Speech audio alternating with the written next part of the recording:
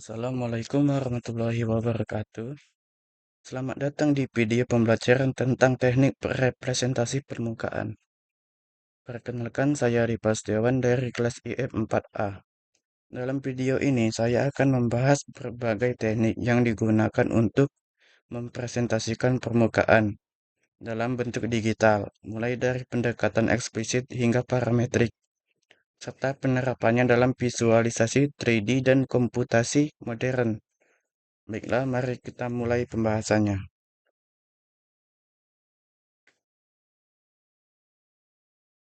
Teknik representasi permukaan merupakan fondasi penting dalam berbagai disiplin ilmu teknik dan sains komputer, terutama yang berkaitan dengan visualisasi data 3 dimensi, desain perbatuan komputer, pemrosesan citra medis, rekonstruksi 3D dan citra 2D, serta dalam simulasi fisik dan animasi. Representasi permukaan merujuk pada cara bagaimana bentuk permukaan suatu objek dimodelkan secara matematis agar dapat dianalisis, divisualisasikan, atau dimanipulasi dalam lingkungan digital. Presentasi ini akan membahas berbagai pendekatan teknik representasi permukaan, baik yang bersifat eksplisit maupun implisit, lengkap dengan teori dasar, ilustrasi visual, serta implementasi kode MATLAB untuk memberikan pemahaman yang praktis. Baiklah, kita masuk ke pendahuluan. Permukaan dalam konteks geometri 3D adalah himpunan titik-titik di ruang 3 dimensi yang berbentuk batas atau kulit dari suatu objek. Dalam dunia digital, kita memerlukan teknik-teknik matematis untuk menyusun representasi dari permukaan tersebut agar dapat digunakan dalam simulasi komputer atau visualisasi grafis. Teknik representasi permukaan memungkinkan kita mendefinisikan bentuk, struktur, dan detail geometris dari suatu objek secara presisi dan efisien. Kebutuhan ini menjadi sangat penting dalam bidang teknik seperti pemodelan struktur molekul dalam biokimia, simulasi deformasi dalam rekayasa mesin, atau bahkan pengenalan bentuk dalam computer vision. Oleh karena itu, memahami cara kerja dan aplikasi dari berbagai jenis representasi permukaan menjadi sangat penting bagi praktisi dan peneliti di bidang-bidang tersebut. Selanjutnya ada klasifikasi teknik representasi. Secara umum, teknik representasi permukaan dapat dibagi menjadi dua kategori utama, yaitu representasi eksplisit dan representasi implisit. Representasi eksplisit menyatakan permukaan secara langsung dalam bentuk titik-titik dan konektivitas antar titik, seperti mesh atau pack permukaan. Metode ini lazim digunakan dalam grafik komputer karena memudahkan proses rendering dan manipulasi geometri. Sementara itu, representasi implisit menggunakan fungsi matematis untuk menyatakan suatu permukaan sebagai label set dari fungsi skalar.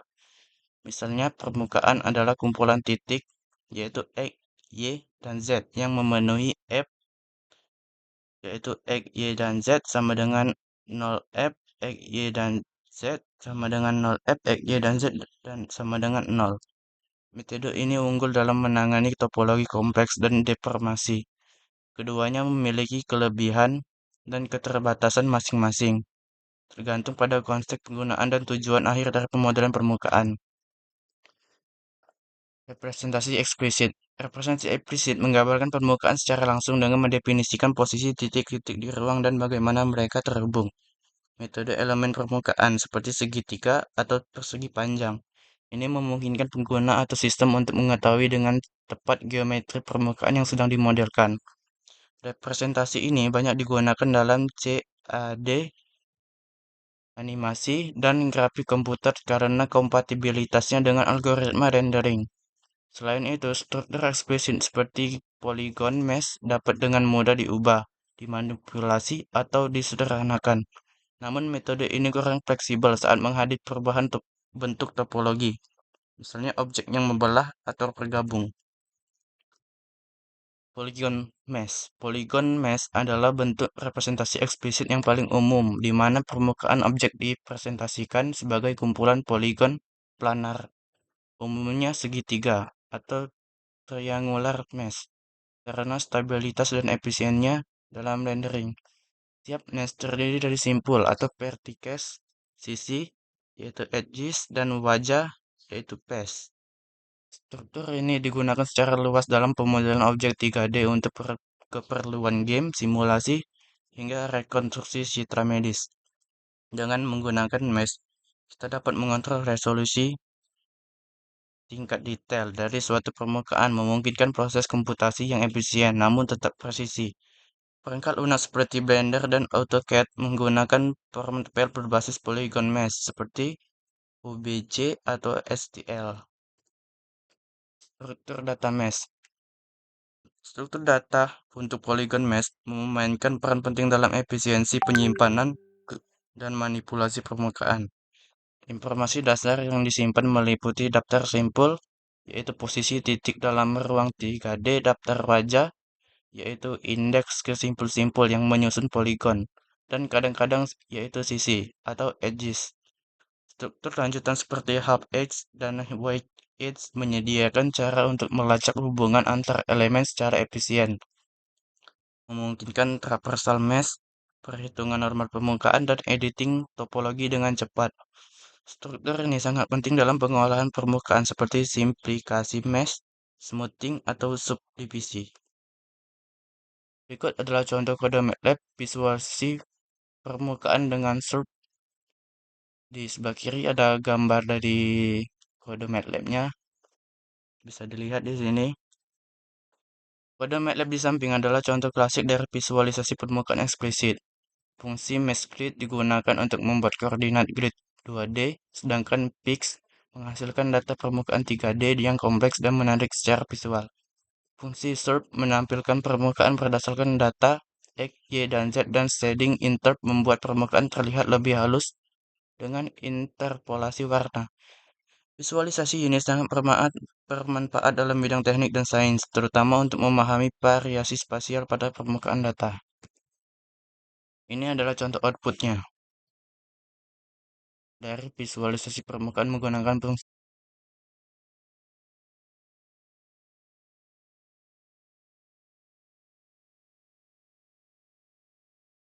Selanjutnya ada smooth surface dan bezier surface. Bezier surface adalah representasi permukaan parametrik yang diperoleh dengan menginterpolasi sekumpulan titik-titik kontrol menggunakan fungsi polinomial Bezier. Permukaan ini digunakan secara luas dalam desain industri dan grafika karena mampu menghasilkan permukaan halus dan terkontrol. Bezier surface dibentuk dari dua parameter, yaitu U dan V, di mana nilai-nilai parameter tersebut digunakan untuk menghitung kontribusi dari setiap titik kontrol terhadap bentuk akhir permukaan. Meski sangat berguna untuk permukaan yang relatif sederhana, keterbatasan utama dari Bezier surface adalah tidak efisien untuk representasi bentuk kompleks karena kurangnya kontrol lokal. Perubahan satu titik kontrol mempengaruhi seluruh permukaan. Selanjutnya ada B-spline dan NURBS.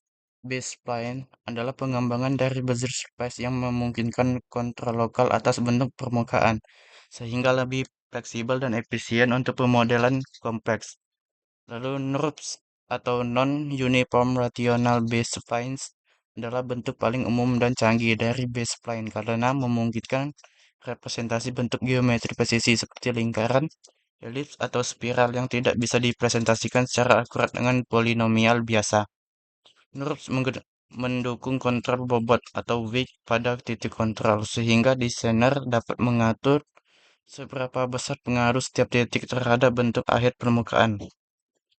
NURBS digunakan luas dalam CAD, arsitektur, dan rekayasa presisi. Selanjutnya ada representasi implisit. Berbeda dari representasi eksplisit yang secara langsung mendeskripsikan permukaan, implisit menyatakan permukaan sebagai hasil dari fungsi skala 3 dimensi. Sebuah permukaan implisit dapat dituliskan sebagai himpunan titik X, Y, Z yang memenuhi persamaan, yaitu F sama dengan X, Y, Z sama dengan 0F. Dalam kurung X, Y, Z sama dengan 0F, X, Y, Z sama dengan 0, yang disebut sebagai level set. Teknik ini sangat berguna dalam menangani permukaan dengan topologi kompleks. seperti permukaan yang berlubang, membelah, atau menyatu. Selain itu, teknik implisit sangat cocok digunakan dalam simulasi fisik seperti fluida atau demonstrasi elastis. Kelebihan utama dari pendekatan ini adalah kemampuannya menangani perubahan bentuk secara dinamis tanpa harus manipulasi mesh secara langsung. Selanjutnya ada fungsi level set. Metode level set merupakan teknik representasi permukaan implisit yang sangat kuat, terutama untuk menangani perubahan bentuk dinamis dan topologi kompleks. Dalam pendekatan ini, permukaan dipresentasikan sebagai himpunan dari suatu fungsi, biasanya dengan menunjukkan permukaan yang dimaksud. Keunggulan utama level set terletak pada kemampuannya melacak evolusi permukaan secara alami, termasuk pembelahan dan penggabungan. Fungsi pi seringkali berupa fungsi jarak bertanda Signet Distance Function yang bernilai nol di permukaan, positif di luar, dan negatif di dalam objek. Teknik ini digunakan luas dalam rekonstruksi citra medis, pemodelan permukaan kompleks, dan simulasi proses fisik seperti pembekuan cairan. Selanjutnya ada Signet Distance Function atau disingkat yaitu SDF. Signal Distance Function adalah fungsi skalar yang memberikan informasi jarak minimum dari titik manapun di ruang terhadap permukaan, dengan tanda positif untuk luar permukaan dan negatif untuk dalam. Ini adalah komponen utama dalam pendekatan level set karena memungkinkan identifikasi posisi relatif terhadap permukaan secara efisien. Dalam komputasi, STF sering digunakan untuk mempercepat perhitungan tabrakan seperti collision detection, segmentasi volume, serta pembuatan isosurface. Visualisasi SDF sering memanfaatkan volume grid atau voxel yang mempresentasikan nilai-nilai jarak dalam domain 3D. Ini adalah visualisasi SDF dengan MATLAB. Sebelah kiri adalah gambarnya. Kode di samping menunjukkan cara visualisasi permukaan bola sebagai level set dari fungsi Signet Distance di MATLAB. Dengan menggunakan isosurface, kita dapat mengekstrak permukaan yang memenuhi syarat. Dalam hal ini, permukaan bola, fungsi ini banyak digunakan dalam visualisasi medis seperti CT scan, di mana permukaan organ dapat direkonstruksi dari data volume. Berikut adalah outputnya dari representasi implisit bola menggunakan SDF. Lalu ada isosurface dan merging cubes. Merging cubes adalah algoritma klasik yang digunakan untuk mengekstrak isosurface dari data volume 3D seperti data hasil CT atau MRI. Algoritma ini membagi volume menjadi kubus kecil dan mengevaluasi nilai fungsi di sudut-sudut kubus tersebut untuk menentukan apakah permukaan melintasi kubus itu. Berdasarkan konfigurasi tersebut dihasilkan segitiga-segitiga yang membentuk permukaan. Metode ini sangat efisien dan menghasilkan mesh segitiga yang bisa langsung divisualisasikan. Merging cubes banyak digunakan dalam rekonstruksi objek biologis, pembuatan terrain 3D dan efek visual seperti permukaan cairan. Lalu ada visualisasi isosurface data volume. Dalam visualisasi ilmiah, isosurface digunakan untuk menampilkan permukaan dengan nilai skalar tertentu dari volume data seperti suhu, tekanan, atau intensitas dalam data medis. Teknik ini memudahkan interpretasi informasi spasial dalam data volumetrik yang besar. Dengan bantuan MATLAB atau VTK atau Visualization Toolkit, kita bisa menghasilkan visualisasi 3D dari organ, jaringan, atau objek teknik lainnya. Isosurface juga mendukung pencahayaan dan pewarnaan untuk meningkatkan persepsi ke dalam dan bentuk. Berikut adalah contoh kode MATLAB insert surface dari data MRI. Dengan data MR bawaan MATLAB, kita dapat menggunakan isosurface untuk mengekstrak dan menampilkan struktur permukaan otak. Parameter 40 menentukan nilai isosurface yang diambil dari intensitas citra. Teknik ini bermanfaat dalam bidang kedokteran dan teknik biomedis untuk analisis struktur jaringan tanpa harus menampilkan seluruh volume. Berikut adalah outputnya dari visualisasi otak dari data MRI menggunakan isosurface. Selanjutnya ada radial basis function, yaitu RBF untuk rekonstruksi. Radial basis function merupakan teknik interpolasi yang kuat untuk rekonstruksi permukaan dari kumpulan titik atau point cloud. Dalam pendekatan ini, permukaan didefinisikan sebagai node dari kombinasi fungsi-fungsi radial yang ditempatkan di titik-titik input. RBF sangat cocok untuk data yang tidak terstruktur dan tidak beraturan seperti hasil pemindaian 3D. Pendekatan ini menghasilkan permukaan halus dan kontinu, serta memungkinkan ekstensi ke dimensi lebih tinggi. RBF juga tahan terhadap noise, menjadikannya pilihan utama dalam rekonstruksi permukaan medis dan pemindaian industri.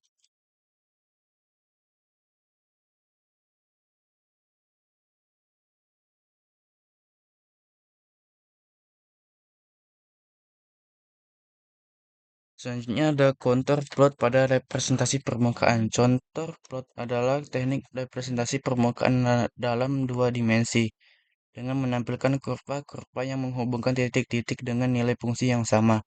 Meskipun sederhana, teknik ini sangat berguna untuk analisis data medan atau field seperti medan potensial, temperatur, atau elevasi topografi. Dalam konteks permukaan 3D, kontur plot dapat digunakan untuk memahami struktur permukaan melalui irisan horizontal atau Z sama dengan konstan. Teknik ini dapat dikombinasikan dengan visualisasi 3D untuk memberikan pemandangan yang lebih komprehensif terhadap bentuk dan kontur suatu permukaan. Ini adalah contoh kode MATLAB dari kontur 3D. Kode ini menampilkan representasi kontur 3D dari permukaan radial scene, sebuah fungsi non-linear. Kontur ini membantu dengan menganalisis bentuk topografi permukaan dari arah pandang atau sambil mempertahankan informasi ketinggian. Plot seperti ini sangat membantu dalam interpretasi data geospasial dan simulasi aliran fluida. Berikut adalah outputnya dari kontur 3D dari permukaan sen radial. Selanjutnya ada surface fitting dari data titik. Surface fitting adalah proses membangun fungsi permukaan dari kumpulan data titik atau point cloud. Biasanya digunakan untuk tujuan rekonstruksi atau interpolasi. Dalam MATLAB, surface fitting dapat dilakukan menggunakan fungsi seperti fit, create data, atau scatter interpolant. Teknik ini sangat penting dalam rekayasa balik seperti reverse engineering, di mana bentuk objek fisik dipindai dan kemudian dimodelkan ulang secara digital.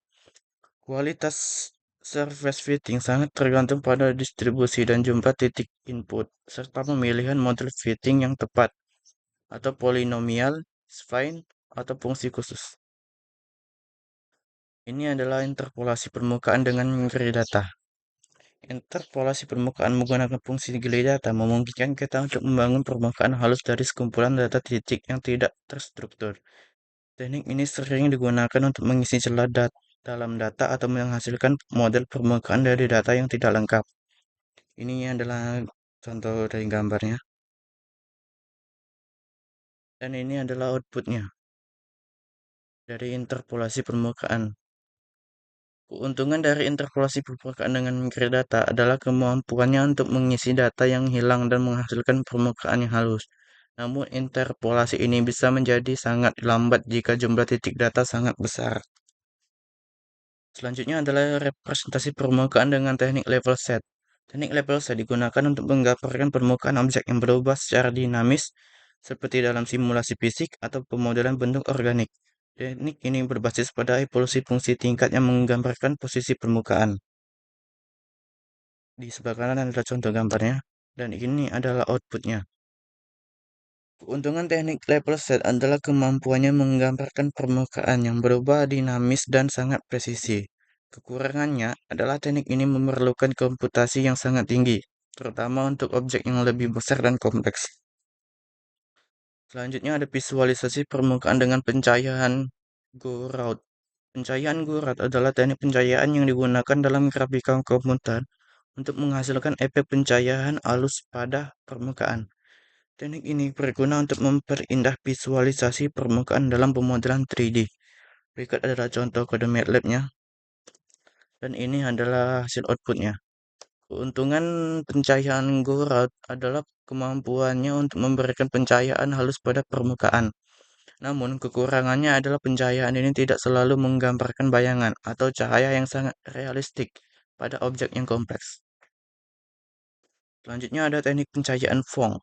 Pencahayaan Phong adalah teknik lain yang digunakan untuk menghasilkan pencahayaan lebih realistis, menggabungkan komponen ambient, diffuse, dan spekular. Teknik ini lebih tepat untuk menggambarkan efek cahaya yang lebih rinci.